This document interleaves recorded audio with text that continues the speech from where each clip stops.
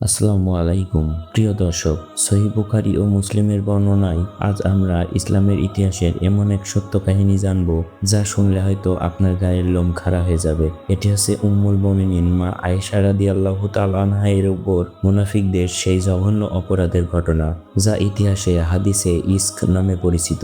ভাবুন তো একবার, মদিনার মুনাফিকরা কতটা শক্তিশালী এবং বড় ষড়যন্ত্রের জাল বুনেছিল যে খোদ নবীজি সাল্লাল্লাহু আলাইহি ওয়াসাল্লামের পবিত্র ঘরে এক মাসের জন্য সুখের ছায়া নেমে এসেছিল।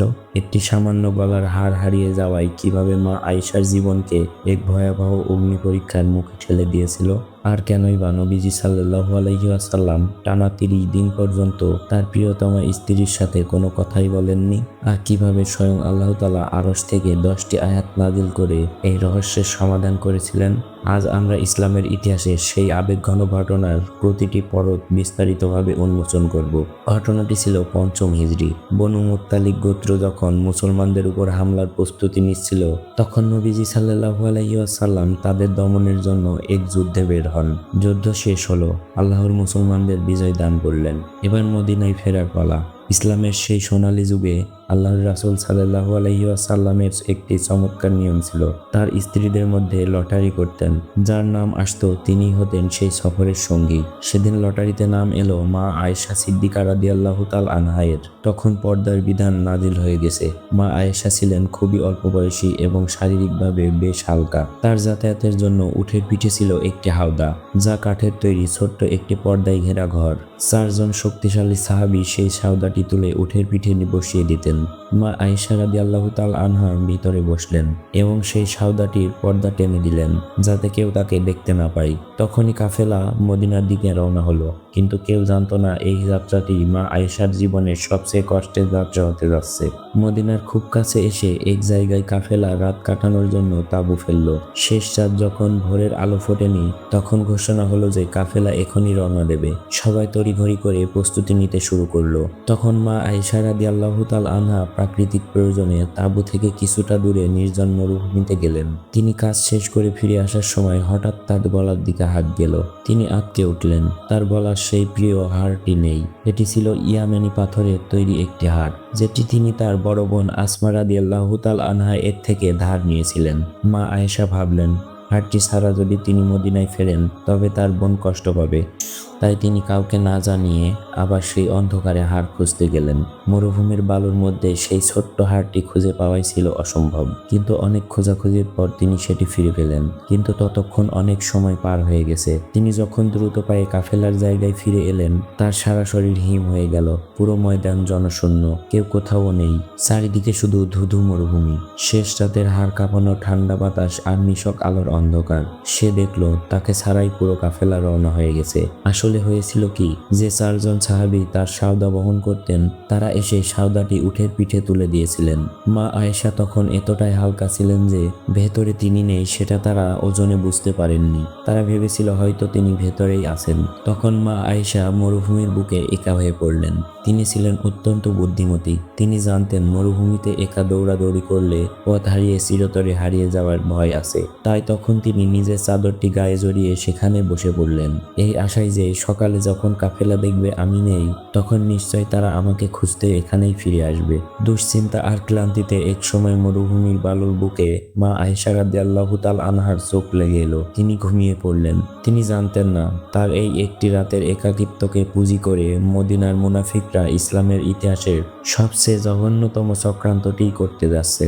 মা আয়েশা রাদিয়াল্লাহু তাআলা আনহা যখন মরুভূমির তপ্ত বালুর উপর একাকী শুয়েছিলেন, তখন ভোরের আলো ফুটতেই দূর থেকে একজনের অবয়ব দেখা গেল। তিনি ছিলেন সাহাবী সাফওয়ান বিন মুআত্তাল রাদিয়াল্লাহু তাআলা আনহা। কাফেলার কেউ কিছু পেছনে ফেলে গেলে তা খুঁজে বের করার দায়িত্ব ছিল তার উপর। তখন তিনি দূর থেকে একজন মানুষকে পড়ে থাকতে দেখে তিনি কৌতূহলবশত এগিয়ে এলেন। যখন তিনি কাছে পৌঁছালেন, হঠাৎ তার চোখ কপালে উঠে গেল। এ তো খোদ উম্মুল মুমিনিন আয়েশা রাদিয়াল্লাহু তাআলা আনহা। সাফওয়ান রাদিয়াল্লাহু তাআলা আনহা তাকে চিনে ফেলল, কারণ পর্দার বিধান আসার আগেই তিনি তাকে একবার দেখেছিলেন। প্রচণ্ড বিস্ময় আর ভয়ে তার মুখ দিয়ে কেবল একটি বাক্য বের হলো, ইন্না লিল্লাহি ওয়া ইন্না ইলাইহি রাজিউন। মহান আল্লাহর রাসূলের স্ত্রী এখানে একা পড়ে আছেন। এই চিন্তায় তিনি শিউরে উঠলেন। সাফওয়ান রাদিয়াল্লাহু তাআলা আনহা একটি শব্দ উচ্চারণ করলেন না, কোনো প্রশ্নও করলেন না। তিনি কেবল নিজের উটটিকে মা আয়েশার সামনে বসিয়ে দিলেন। তখন মা আয়েশা রাদিয়াল্লাহু তাআলা আনহা কোনো কথা না বলে উটের উপর চড়লেন, আর সাফওয়ান রাদিয়াল্লাহু তাআলা আনহা উটের রশি ধরে পায়ে হেঁটে মরুভূমির তপ্ত বালু উড়িয়ে মদিনার দিকে রওনা হলেন। পরহেজগার একজন সাহাবী হেঁটে যাচ্ছেন, আর উটের উপর পর্দার আড়ালে বসে আছেন নবী পত্নী। কিন্তু এই পবিত্র দৃশ্যটিকে শয়তানি রূপ দিয়ে মদিনার মুনাফিকরা কি জঘন্য কাজ করতে যাচ্ছে তা আপনার কল্পনাকেও হার মানাবে। দুপুরবেলা যখন রোদের প্রখরতা তুঙ্গে, ঠিক তখনই সাফওয়ান রাদিয়াল্লাহু তাআলা আনহা মা আয়েশাকে নিয়ে মদিনার লোকালয়ে প্রবেশ করলেন। কাফেলা ততক্ষণে পৌঁছে গেছে। মানুষ অবাক হয়ে দেখল, মা আয়েশা কাফেলার সাথে আসেননি, বরং তিনি পরে এসেছেন একাকী সাফওয়ানের সাথে। ব্যাস, মুনাফিকদের জন্য এটাই ছিল সুবর্ণ সুযোগ। তখন মুনাফিকদের সর্দার আব্দুল্লাহ বিন উবাই যেন হাতে পূর্ণিমার চাঁদ পেল। সে কুটিল হাসিতে ফেটে পড়ল এবং বলতে শুরু করলো, নবীজির স্ত্রী আর সাফওয়ান একা ছিল, তারা কি আর পবিত্র আছে? নাউজুবিল্লাহ। সে নিজেই এই কুৎসিত গুজব রটালো এবং তার সাঙ্গপাঙ্গদের পুরো মদিনায় এই খবর ছড়িয়ে দিতে বলল। মুহূর্তের মধ্যেই মদিনার বাজার থেকে শুরু করে প্রতিটি ঘরে ঘরে আলোচনার প্রধান বিষয় হয়ে দাঁড়ালো মা আয়েশা রাদিয়াল্লাহু তাআলা আনহা এর চরিত্র।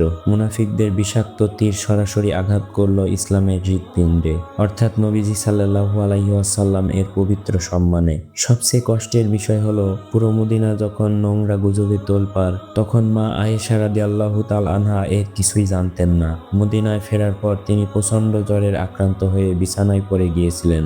তিনি ভাবছিলেন তিনি অসুস্থ, কিন্তু আসলে তার অজান্তে তার চারপাশটা শত্রু দিয়ে ঘেরাও হয়ে গিয়েছিল। তিনি শুধু একটা বিষয় লক্ষ্য করে অবাক হচ্ছিলেন, আগে অসুস্থ হলে নবীজি সাল্লাল্লাহু আলাইহি ওয়াসাল্লাম কত আদর করতেন, নিজের হাতে সেবা করতেন, মিষ্টি স্বরে কথা বলতেন। কিন্তু এবার নবীজি সাল্লাল্লাহু আলাইহি ওয়াসাল্লাম আসছেন, ঘরে ঢুকছেন, কিন্তু মা আয়েশা রাদিয়াল্লাহু তাআলা আনহার সাথে কোনো কথা বলছেন না। তিনি শুধু পরিবারের অন্যদের জিজ্ঞেস করছেন, তোমাদের এই মেয়েটি এখন কেমন আছে? মা আয়েশার কোমল হৃদয়ে এটা বড় আঘাত হয়ে লাগলো। তিনি বুঝতে পারছিলেন না তার প্রিয়তম স্বামীর এই উদাসীনতার কারণ কি। নবীজি সাল্লাল্লাহু আলাইহি ওয়াসাল্লাম কেন তার সাথে কথা বলছেন না, কেন তিনি তার থেকে দূরে সরে থাকছেন। তখন মা আয়েশা রাদিয়াল্লাহু তাআলা আনহা বিছানায় শুয়ে ডুকরে কাঁদতেন আর এই কথাই ভাবতেন, আমি কি কোনো ভুল করেছি? অন্যদিকে আমাদের প্রিয় নবীজি সাল্লাল্লাহু আলাইহি ওয়াসাল্লামের অবস্থা একবার চিন্তা করুন। তখন তার কানেও এসব খবর পৌঁছেছে। একদিকে তার সবচেয়ে প্রিয়তমা স্ত্রী, অন্যদিকে নবুয়তের পবিত্র সম্মান। ওহী আসছিল না, আল্লাহ তাআলা তখনও চুপ ছিলেন। নবীজি সাল্লাল্লাহু আলাইহি ওয়াসাল্লাম তখন কঠিন একটি অগ্নি পরীক্ষায় পড়লেন। তিনি না পারছিলেন এই গুজব বিশ্বাস করতে, না পারছিলেন তা পুরোপুরি উড়িয়ে দিতে। মদিনার আকাশে তখন থমথমে নীরবতা। সাহাবীরা ভয়ে কথা বলতে পারছেন না। মুনাফিকরা হাসছে আর ইসলামের ভিত্তি যেন কেঁপে কেঁপে উঠছে। নবীজি সাল্লাল্লাহু আলাইহি ওয়াসাল্লাম এর সেই নিভৃত রাতের কান্না আর বিমর্ষ মুখ দেখে আসমানের ফেরেশতারাও হয়তো সেদিন কেঁদেছিল। মদিনার এই গুমটো নীরবতা যেন এক বড় কোনো ঝড়ের সংকেত দিচ্ছিল। মদিনার আকাশে তখন এক বিষণ্ণ নীরবতা। দীর্ঘ একটি মাস অতিবাহিত হয়ে গেছে, কিন্তু মা আয়েশা রাদিয়াল্লাহু তাআলা আনহা তখনও তার জ্বরে আক্রান্ত শরীর নিয়ে বিছানায় পড়ে ছটফট করছে। বাইরের দুনিয়ায় তার চরিত্র নিয়ে যে জঘন্য অপবাদ রটানো হয়েছে তার বিন্দুমাত্র খবর তার কানে ছিল না। তিনি কেবল অবাক হতেন এই ভেবে যে আল্লাহর রাসূল সাল্লাল্লাহু আলাইহি ওয়াসাল্লাম, যিনি তাকে পৃথিবীর সবকিছুর চেয়ে বেশি ভালোবাসতেন, তিনি কেন আজ এত পর হয়ে গেলেন? কেন তিনি ঘরে এসে কেবল দূর থেকে কুশল বিনিময় করে চলে যান? মা আয়েশা রাদিয়াল্লাহু তাআলা আনহা ভাবতেন, হয়তো তার কোনো আচরণে নবীজি সাল্লাল্লাহু আলাইহি ওয়াসাল্লাম কষ্ট পেয়েছেন, কিন্তু সেই ভুলের চেয়েও যে বড় কোনো কালবৈশাখী তার জীবনের উপর আছড়ে পড়তে যাচ্ছে তা ছিল তার কল্পনার বাইরে। অবশেষে সেই রহস্যময় পর্দা উন্মোচিত হলো এক শান্ত নিস্তব্ধ রাতে। তখন মদিনায় ঘরে ঘরে শৌচাগারের ব্যবস্থা ছিল না। নারীরা তখন রাতের অন্ধকারে লোকালয় থেকে নির্জন প্রান্তরে যেতেন। মা আয়েশাও তখন তার আত্মীয় উম্মে মিস্তাহার সাথে বাইরে বের হলেন। উম্মে মিস্তাহ ছিলেন নবীজির ফুফাতো ভাই মিস্তার মা। হাঁটতে হাঁটতে মরুভূমির অন্ধকারে উম্মে মিস্তা হঠাৎ হোঁচট খেলেন এবং ব্যথা পেয়ে নিজের ছেলে মিস্তাকে গালি দিয়ে অভিশাপ দিলেন। মা আয়েশা প্রচণ্ড অবাক হয়ে বললেন, হে উম্মে মিস্তা, আপনি আপনার নিজের ছেলেকে এভাবে গালি দিচ্ছেন কেন? সে তো একজন বদরি সাহাবী, মহান আল্লাহ এবং তার রাসূল যাদের উপর সন্তুষ্ট, আপনি কেন তাকে অভিশাপ দিচ্ছেন? তখন উম্মে মিস্তা এক গভীর দীর্ঘশ্বাস ফেলে মা আয়েশার দিকে তাকালেন। তার চোখ ছিল ছলছলে। তিনি বললেন, হে আয়েশা, তুমি কি সত্যি জানো না মদিনায় কি ঘটছে? তোমার এই প্রিয় মিস্তাও যে মুনাফিকদের সর্দার আব্দুল্লাহ বিন উবাইয়ের সাথে সুর মিলিয়ে তোমার নামে সেই জঘন্য অপবাদ রটিয়ে বেড়াচ্ছে। মা আয়েশা তখন মুহূর্তের জন্য স্তব্ধ হয়ে গেল। তার পায়ের নিচের তপ্ত বালু যেন হঠাৎ করে সরে গেল। তিনি রুদ্ধ কণ্ঠে কাঁপতে কাঁপতে জিজ্ঞেস করলেন, তারা আমাকে নিয়ে কি বলছে?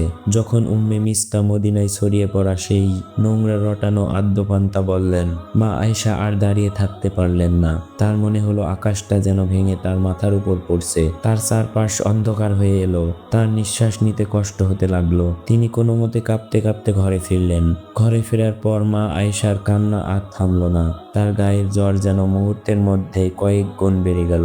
তিনি বর্ণনা করেছেন, আমার কান্নার বেগ এতই বেশি ছিল যে আমার মনে হচ্ছিল আমার কলিজাটা আজই ছিঁড়ে যাবে। ঠিক সেই মুহূর্তে নবীজি সাল্লাল্লাহু আলাইহি ওয়াসাল্লাম ঘরে ঢুকলেন। তার চোখে মুখে ছিল এক গভীর বিষণ্ণতা। তিনি প্রতিদিনের মতো আজও কেবল জিজ্ঞেস করলেন, তোমাদের এই মেয়েটি এখন কেমন আছে? মা আয়েশা আর সহ্য করতে পারলেন না। তিনি তখনই বুঝতে পারলেন এই এক মাসের দূরত্ব আর নবীজির এই নীরবতার কারণ কি ছিল।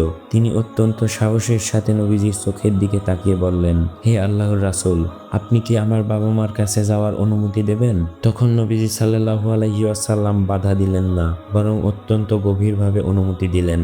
মা আয়েশা তখন এক বুক যন্ত্রণা নিয়ে নবীজির ঘর ছাড়লেন।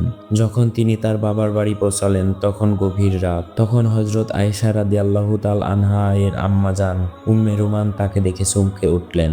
মা আয়েশা তার মাকে জড়িয়ে ধরে ডুকরে কেঁদে উঠলেন। তিনি চিৎকার করে জিজ্ঞেস করলেন, মা, মদিনার মানুষ আমাকে নিয়ে এসব কি জঘন্য কথা বলছে? আপনি কি এসব জানতেন?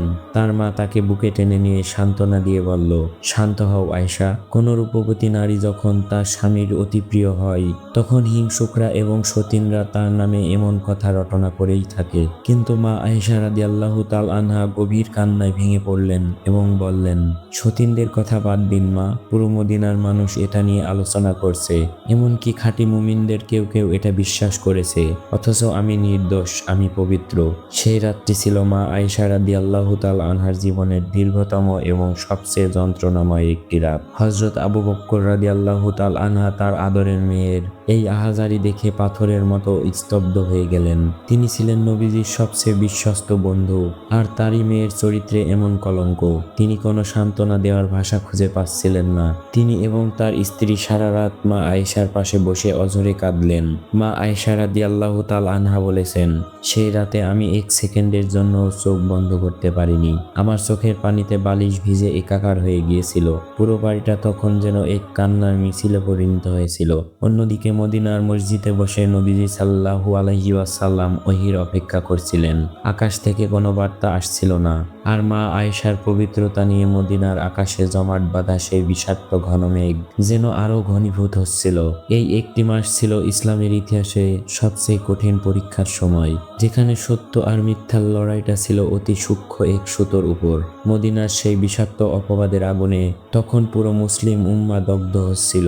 দীর্ঘ একটি মাস অতিবাহিত হওয়ার পর যখন কোনো ওহী নাজিল হচ্ছিল না, তখন নবীজি সাল্লাল্লাহু আলাইহি ওয়াসাল্লাম এক চূড়ান্ত সিদ্ধান্ত নিলেন। তিনি চাইলেন এই অসহ্য পরিস্থিতির একটি সমাপ্তি ঘটাতে। একদিন দুপুরে তিনি হযরত আবু বকর রাদিয়াল্লাহু তাআলা আনহা এর বাড়িতে গিয়ে উপস্থিত হলেন। মা আয়েশা রাদিয়াল্লাহু তাআলা আনহা তখন তার বাবা মার সাথে বসে অঝরে কাঁদছিলেন। নবীজি সাল্লাল্লাহু আলাইহি ওয়াসাল্লাম তখন ঘরে ঢুকে সালাম দিয়ে বসলেন। যা ছিল দীর্ঘ এক মাস পর মা আয়েশা রাদিয়াল্লাহু তাআলা আনহার একদম কাছে এসে বসার একটি মুহূর্ত। ঘরের পরিবেশ তখন এতটাই থমথমে ছিল যে মনে হচ্ছিল বাতাসের শব্দও বন্ধ হয়ে গেছে। নবীজি সাল্লাল্লাহু আলাইহি ওয়াসাল্লাম কিছুক্ষণ নীরব থাকার পর অত্যন্ত গভীর ও কম্পিত কণ্ঠে মা আয়েশার দিকে তাকিয়ে বললেন, আয়েশা, তোমার সম্পর্কে আমার কানে এই খবর পৌঁছেছে। তুমি যদি নির্দোষ হও তবে অচিরেই আল্লাহ তোমার পবিত্রতার ঘোষণা করবেন। আর যদি তুমি কোনো গুনাহ করে থাকো তবে আল্লাহর কাছে তওবা করো, কারণ বান্দা যখন নিজের অপরাধ স্বীকার করে আল্লাহর কাছে ক্ষমা চায়, আল্লাহ তাকে ক্ষমা করে দেন। নবীজির এই কথাগুলো মা আয়েশার হৃদয়ে যেন তপ্ত সীসার মতো বিঁধল। তার কাছে মনে হলো, যার জন্য আমি কাঁদছি, যার ফয়সালার জন্য আমি অপেক্ষা করছি, তিনিও আমাকে আজ তওবা করতে বলছে। মা আয়েশা রাদিয়াল্লাহু তাআলা আনহা অত্যন্ত অসহায় বোধ করলেন। তিনি তার বাবার দিকে তাকিয়ে বললেন, আব্বাজান, আল্লাহর রাসূল আমাকে যা বললেন আপনি তার উত্তর দিন। হযরত আবু বকর রাদিয়াল্লাহু তাআলা আনহা তার গলার স্বর হারিয়ে ফেলেছিলেন। তিনি চোখের পানি মুছে বললেন, আল্লাহর কসম, নবীজিকে কি উত্তর দেব তা আমি জানি না। এরপর মা আয়েশা রাদিয়াল্লাহু তাআলা আনহা তার মায়ের দিকে তাকিয়ে বললেন, মা, আপনি অন্তত কিছু বলুন। তার মা উম্মে রুমানও একইভাবে মাথা নিচু করে বললেন, আল্লাহর কসম, আমি জানি না নবীজিকে আজ কি বলা উচিত। সবাই তখন আল্লাহর ফয়সালার অপেক্ষায় স্তব্ধ হয়েছিল। তখন সেই অল্প বয়সী মা আয়েশা রাদিয়াল্লাহু তাআলা আনহা নিজেই সাহসের সাথে উঠে দাঁড়ালেন। তার কণ্ঠ তখন অপমানে আর অভিমানে কাঁপছিল। তিনি বললেন, আমি জানি আপনারা মদিনার মানুষের এই মিথ্যা রটানো শুনেছেন এবং তা আপনাদের মনে এমনভাবে গেঁথে গেছে যে আপনারা সেটাকে সত্য বলে ধরে নিয়েছেন। এখন যদি আমি বলি আমি নির্দোষ, যা আল্লাহ খুব ভালো করেই জানেন, আপনারা হয়তো তা বিশ্বাস করবেন না। আর যদি আমি বলি আমি অপরাধী, যা মহান আল্লাহ তাআলা জানেন আমি অপরাধী নই, তবে আপনারা তা অনায়াসে বিশ্বাস করে ফেলবেন, কারণ আপনাদের মনে সেই সংশয়টুকু ঢুকে গেছে। তিনি তখন আরো আবেগ দিয়ে বললেন, আমার আর আপনাদের উদাহরণ এখন ইউসুফ আলাইহিসসালামের সেই বৃদ্ধ পিতা ইয়াকুব আলাইহিসসালামের মতো, যিনি নিজের ছেলেদের ষড়যন্ত্রের পর বলেছিলেন, পূর্ণ ধৈর্যই হচ্ছে উত্তম, আর তোমরা যা বলছো সে বিষয়ে কেবল আল্লাহর কাছেই সাহায্য চাওয়া যায়। এই বলে মা আয়েশা রাদিয়াল্লাহু তাআলা আনহা মুখ ফিরিয়ে আবার বিছানায় গিয়ে শুয়ে পড়লেন। তার হৃদয়ে তখন এক অদ্ভুত প্রশান্তি কাজ করছিল। তিনি মনে মনে বলছিলেন, আমি জানি আমি পবিত্র, আর আমার রব আমাকে কখনো একা ফেলে রাখবেন না। ঠিক সেই মুহূর্তে ঘরের ভেতরে এক অলৌকিক দৃশ্য তৈরি হলো। নবীজি সাল্লাল্লাহু আলাইহি ওয়াসাল্লামের উপর ওহী নাজিলের সেই চিরচেনা লক্ষণগুলো দেখা দিতে শুরু করলো। প্রচন্ড শীতের দিন হওয়া সত্ত্বেও নবীজি সাল্লাল্লাহু আলাইহি ওয়াসাল্লামের কপাল থেকে মুক্তোর দানার মতো ঘাম ঝরতে লাগলো। নবীজি সাল্লাল্লাহু আলাইহি ওয়াসাল্লাম যখন ওহী গ্রহণ করতেন তখন তার উপর এক বিশাল আধ্যাত্মিক ভার চেপে বসতো। ঘরের ভেতরে তখন অত্যন্ত নীরবতা বিরাজ করছিল। হযরত আবু বকর এবং উম্মে রুমান ভয়ে এবং উত্তেজনায় কাঁপছিল, এই ভেবে যে আল্লাহ না জানি আজ মা আয়েশার বিরুদ্ধে কোন আয়াত পাঠান। আবু বকর রাদিয়াল্লাহু তাআলা আনহা তখন এতটাই আতঙ্কিত ছিলেন যে তার মনে হচ্ছিল তার শ্বাস বন্ধ হয়ে যাচ্ছে। কিছুক্ষণ পর নবীজি সাল্লাল্লাহু আলাইহি ওয়াসাল্লামের সেই অবস্থা দূর হলো। তিনি অত্যন্ত প্রফুল্ল মুখে হাসতে হাসতে কপাল থেকে ঘাম মুছলেন। তার নুরানি চেহারা তখন খুশিতে ঝলমল করে উঠল। নবীজি সাল্লাল্লাহু আলাইহি ওয়াসাল্লাম তখন যে বাক্যটি উচ্চারণ করলেন তা পুরো বাড়িতে আনন্দের বন্যা বয়ে দিলেন। তিনি বললেন, হে আয়েশা, সুসংবাদ দাও।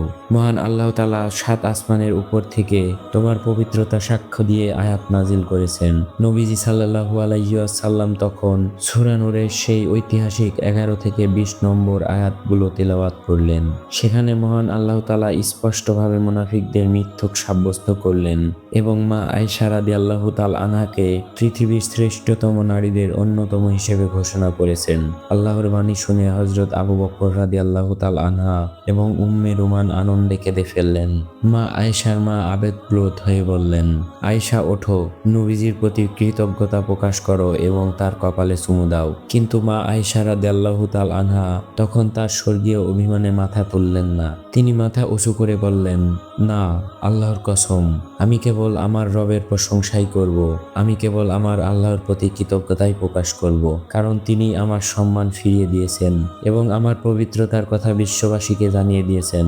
মদিনার সেই বিষাক্ত অপবাদের মেঘ এক নিমিষেই কেটে গেল। সত্যের আলোয় উদ্ভাসিত হলো নবীজি সাল্লাল্লাহু আলাইহি ওয়াসাল্লামের পবিত্র ঘর। এবং অপমানিত হলো মুনাফিকদের সেই কুটিল ষড়যন্ত্র। যখন নবীজি সাল্লাল্লাহু আলাইহি ওয়াসাল্লাম সূরা নূরের সেই আয়াতগুলো পাঠ করলেন, তখন মদিনার বাতাস যেন হঠাৎ করেই বদলে গেল। দীর্ঘ 30 দিন ধরে যে অপবাদের বিষাক্ত ধোঁয়া মদিনার আকাশে আচ্ছন্ন করে রেখেছিল, আল্লাহর কালামের একটি ফুৎকারে তা চিরতরে বিলীন হয়ে গেল। যারা পর্দার আড়ালে বসে এই নোংরা খেলা খেলছিল, তাদের মুখ চূন হয়ে গেল। নবীজি সাল্লাল্লাহু আলাইহি ওয়াসাল্লাম কেবল মা আয়েশাকে নির্দোষ ঘোষণা করেননি, বরং যারা এই অপবাদ রটিয়েছে তাদের জন্য যন্ত্রণাদায়ক শাস্তির ঘোষণা দিয়েছেন। ইসলামী বিধান অনুযায়ী যারা কোনো পবিত্র নারীর সতীত্ব নিয়ে মিথ্যা কথা বলে, তাদের উপর কঠোর শাস্তির বিধান কার্যকর করা হলো। মুনাফিক সর্দার আব্দুল্লাহ বিন উবাই সহ এই ষড়যন্ত্রে লিপ্ত হওয়া ব্যক্তিদের প্রকাশ্যে চাবুক মারা হলো। এর মাধ্যমে মহান আল্লাহ তাআলা কিয়ামত পর্যন্ত আসা প্রতিটি মানুষের জন্য এক কঠোর শিক্ষা দিয়ে দিলেন যে কারো চরিত্র নিয়ে কথা বলা বা কোনো প্রমাণ ছাড়া গুজব রটানো একটি বড় ধরনের ধ্বংসাত্মক অপরাধ, যার বিচার দুনিয়া এবং আখিরাতে উভয় জায়গাতেই দেওয়া হবে। এই অগ্নি পরীক্ষার পর মা আয়েশা রাদিয়াল্লাহু তাআলা আনহা এর মর্যাদা ইসলামের ইতিহাসের পাতায় এক অনন্য উচ্চতায় পৌঁছে যায়। তিনি হলেন সেই মহীয়সী নারী যার পবিত্রতার সাক্ষ্য দিতে স্বয়ং জিবরাইল আলাইহিস সালামকে দুনিয়াতে আসতে হয়েছিলেন।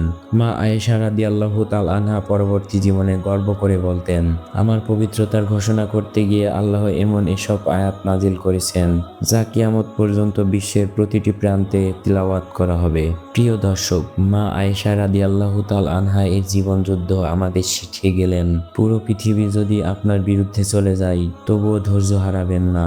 আপনি যদি সত্যের উপর অটল থাকেন, তবে স্বয়ং আরশের মালিক আপনার সম্মান ফিরিয়ে দেওয়ার দায়িত্ব নেবেন।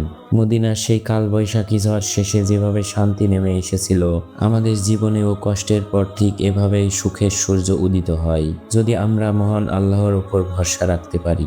মা আয়েশা রাদিয়াল্লাহু তাআলা আনহা এর এই পবিত্র জীবনের প্রতি গভীর শ্রদ্ধা জানিয়ে আজকের এই পর্বটি এখানেই শেষ করছি।